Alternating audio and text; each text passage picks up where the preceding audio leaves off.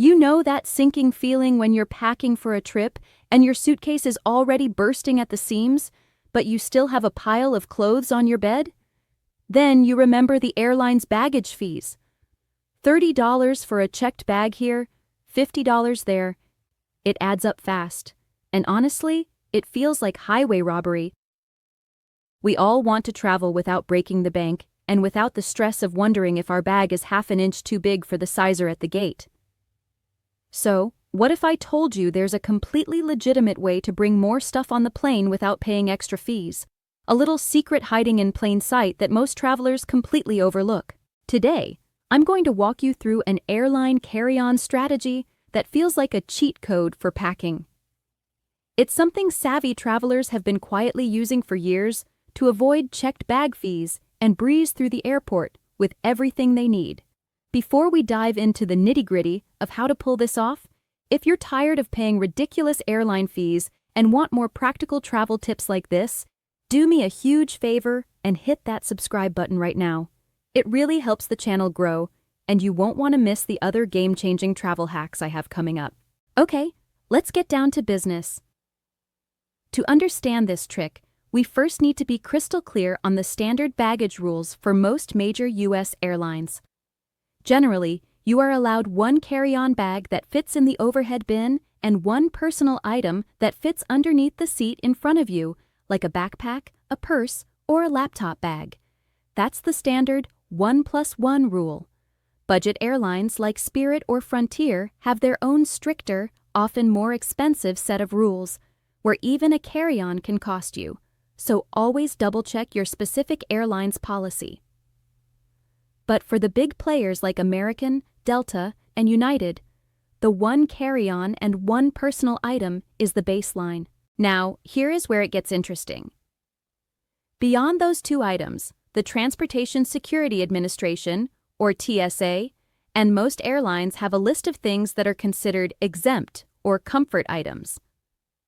These are things that you can bring on board in addition to your carry-on and personal item, and they don't count against your limit. Think about it. You've probably seen people board with a winter coat draped over their arm, holding a bag of food they just bought at the terminal, or carrying an umbrella. None of those things counted as their personal item. They were just extra stuff they were allowed to have. The policy is designed to allow passengers to bring essential comfort items on board without being penalized. Airlines know that flights can be cold and uncomfortable, so they make allowances for things that help you get through the journey. The language in these policies can sometimes be a bit vague, which is exactly where our opportunity lies. It's not about breaking rules. It's about understanding the rules better than the average traveler and using that knowledge to your advantage. Among this list of exempt items, there is one that is the absolute key to this packing hack: a pillow. Yes, a simple bed pillow or a travel neck pillow is widely considered a comfort item by major U.S. airlines and does not count as a piece of carry-on luggage or a personal item. You can walk onto the plane with your roller bag, your backpack, and a pillow tucked under your arm, and the gate agents typically won't bat an eyelid.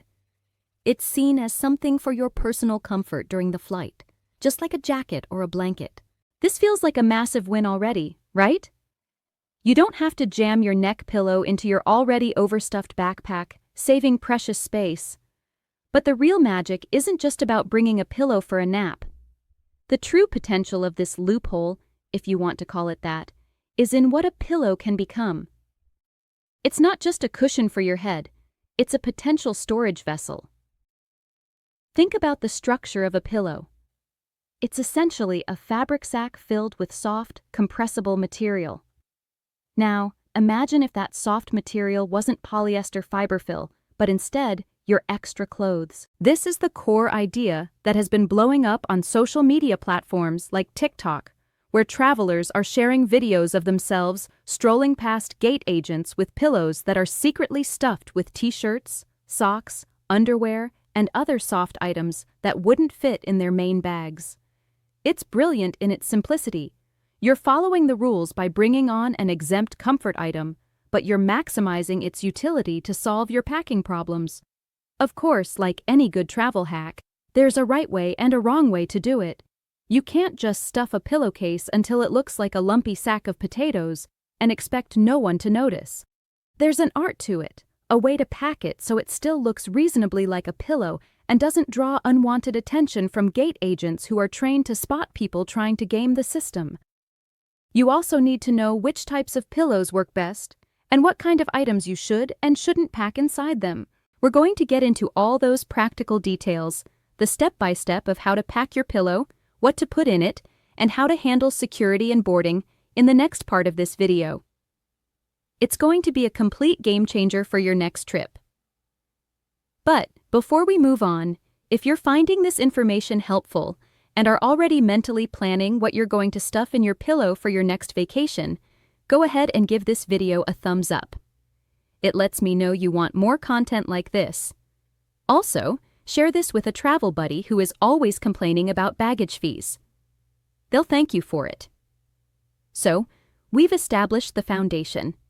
The standard carry-on rules have a built-in exception for comfort items, and the humble pillow is your golden ticket to exploiting that exception. It's a strategy that is completely within the rules of most major airlines, but it feels like you're getting away with something. Get ready to revolutionize the way you pack. Now that you understand the basic logic behind the pillow method, you're probably wondering how to actually pull this off without looking like you're smuggling a laundry bag onto a Boeing 737. It's one thing to know the rule exists, but it's another thing to execute it with confidence. First, you need to choose your vessel. You have two main options here: a traditional bed pillow or a travel neck pillow with a removable cover. A standard bed pillow offers more volume, but a neck pillow is much more discreet. If you go the neck pillow route, look for the ones that have a zipper. You can pull out the memory foam or microbeads and replace them with about 3 or 4 days' worth of socks, underwear, or even a few thin t-shirts. The beauty of the neck pillow is that you can wear it around your neck while boarding, which makes it look even more like a standard travel accessory and less like extra luggage. If you need more space and decide to go with a full-sized pillow, the key is the pillowcase. Don't just use a thin, white cotton case from your linen closet. Instead, look for a zippered pillow protector or a decorative throw pillow cover made of a slightly thicker, more opaque fabric. This serves two purposes. First, the zipper ensures nothing falls out while you're walking through the terminal. Second, a thicker fabric prevents the outlines of your clothes, like the buttons on a shirt or the roll of a pair of jeans, from being visible through the material. You want it to look soft and uniform, not lumpy and suspicious. A velvet or heavy linen cover works wonders for this. Second, let's talk about the actual packing technique. You can't just shove clothes in there haphazardly. To make it look and feel like a real pillow, you need to use the layering method. Start by laying the pillowcase flat. Take your softest, thinnest items, like cotton shirts or leggings, and lay them flat inside the case to create a base layer. Avoid rolling your clothes for this specific hack. Rolling creates those telltale lumps. Instead, fold them into flat rectangles that match the dimensions of the pillowcase. Once you have a smooth base, you can add more items in the middle and then finish with another flat layer on top. If you're using a neck pillow, the strategy is slightly different. You'll want to roll your items into very small, tight burritos and stuff them into the circular cavity of the cover, making sure to distribute the bulk evenly so it maintains that U-shape. Third, you have to be strategic about what you actually put inside. This is not the place for your laptop, your heavy boots, or your collection of souvenir snow globes. Not only would that make the pillow incredibly heavy and awkward to carry, but it would also be a massive red flag at the security checkpoint. Stick to soft goods. Think socks, gym shorts, t-shirts, scarves, or even a light hoodie. The goal is for the pillow to still function, at least somewhat, as a pillow. If a gate agent happened to brush against it, it should feel soft, not like a bag of bricks. This is also a great place to put your emergency change of clothes just in case your main bag gets gate checked and somehow goes missing. Speaking of security, this is the part where people usually get nervous. You might be thinking, won't the TSA see the clothes on the X-ray and stop me? The answer is, yes, they will see the clothes, and no, they generally won't care. Remember, the TSA's job is security, not airline fee enforcement. They are looking for weapons, explosives, and prohibited liquids. They see people with clothes and bags all day long. As long as your pillow doesn't contain anything that's on the no-fly list, it's just another item passing through the X-ray machine. I've seen people go through security with stuffed animals, giant blankets, and yes, pillows filled with clothes, and the TSA officers don't even blink. They're worried about safety, not whether you're helping Delta make their quarterly earnings goals. However, when you get to the gate, that's when you need to be a bit more mindful. This is where the airline staff is looking for oversized bags and people trying to sneak on extra items. This is why I mentioned earlier that it's all about the look. Carry the pillow naturally. Don't clutch it like it's a precious treasure. If it's a bed pillow, tuck it under your arm or hold it casually by your side. If it's a neck pillow, wear it. The goal is to look like a tired traveler who just wants a nap, not a mastermind smuggler. If you're already at this point in the video and you're thinking, this is brilliant, but is it really worth the effort? Just think about the last time you paid $60 for a round-trip carry-on fee. That $60 could be a nice dinner at your destination or a fun excursion.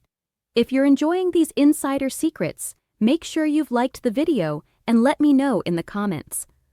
What's the most ridiculous baggage fee you've ever had to pay? I love reading your travel horror stories. Now, there is a small pro tip for the boarding process that can make this even smoother. If you're worried about a particularly strict gate agent, you can always carry a small plastic shopping bag from one of the airport gift shops. Most airlines explicitly state that duty-free or airport terminal purchases do not count toward your bag limit. If you have your pillow and you're worried, you can sometimes just place it inside a large airport shopping bag. To the gate agent, it looks like you just bought a souvenir or some snacks. It adds an extra layer of nothing to see here. But let's be real, the pillow trick is becoming more well-known. While it's currently a very effective loophole, you should always have a backup plan. If a gate agent does stop you and says the pillow counts as a bag, don't get defensive or argumentative. That's the quickest way to get forced into checking your bag. Instead, be prepared to consolidate. This is why I always recommend wearing your heaviest items, like your boots and your bulkiest jacket, onto the plane. If they challenge the pillow, you can always open it up, put on a couple of the extra shirts, and stuff the empty pillowcase into your backpack. It's about being flexible and staying calm. We're going to make sure you're the most prepared person on that flight. Once you've successfully navigated the gate and stepped onto the plane, you've cleared the biggest hurdle. But the pillow strategy doesn't end at the jet bridge. You still need to be smart about how you handle your gear once you're in the cabin. The last thing you want to do is be that person struggling to jam a lumpy pillow into an already full overhead bin while a line of 50 people waits behind you. If you've used the bed pillow method, your best bet is to keep it with you. Since it's technically a comfort item, it belongs in your seat, or, if there's space, tucked on top of your bags in the bin. However, the real pro move is to actually use it. If you're in a window seat, lean it against the wall. If you're in the middle or aisle, use it as lumbar support. Not only does this make your flight more comfortable, but it also reinforces the idea to any flight attendants passing by that it is indeed just a pillow. If you opted for the stuffed neck pillow, you're in even better shape. You can keep it around your neck or toss it into the seat pocket in front of you once you're settled. The key here is to keep your extra storage close. This is actually a secondary benefit of the loophole that people don't talk about enough: accessibility. If you realize mid-flight that you're freezing, you don't have to stand up, wait for the seatbelt sign to turn off, and dig through the overhead bin for a sweatshirt. You just unzip your pillow, pull out that extra layer, and you're good to go. It's like having a mini closet right at your fingertips. Now, while the pillow is the holy grail of this strategy, it's not the only way to maximize your free carry-on allowance. As we wrap this up, I want to highlight a few other exempt items that most people forget they can bring. First, there's the wearable luggage approach. I'm not just talking about wearing a heavy coat. I'm talking about technical travel vests or jackets with dozens of pockets. Brands like ScottaVest make jackets specifically designed to hold iPads, phones, water bottles, and even a change of clothes. Much like the pillow, these don't count as bags because you're wearing them. If you combine a stuffed pillow with a high-capacity travel vest, you can practically carry an entire week's worth of gear without a single checked bag. Second, don't forget about medical equipment.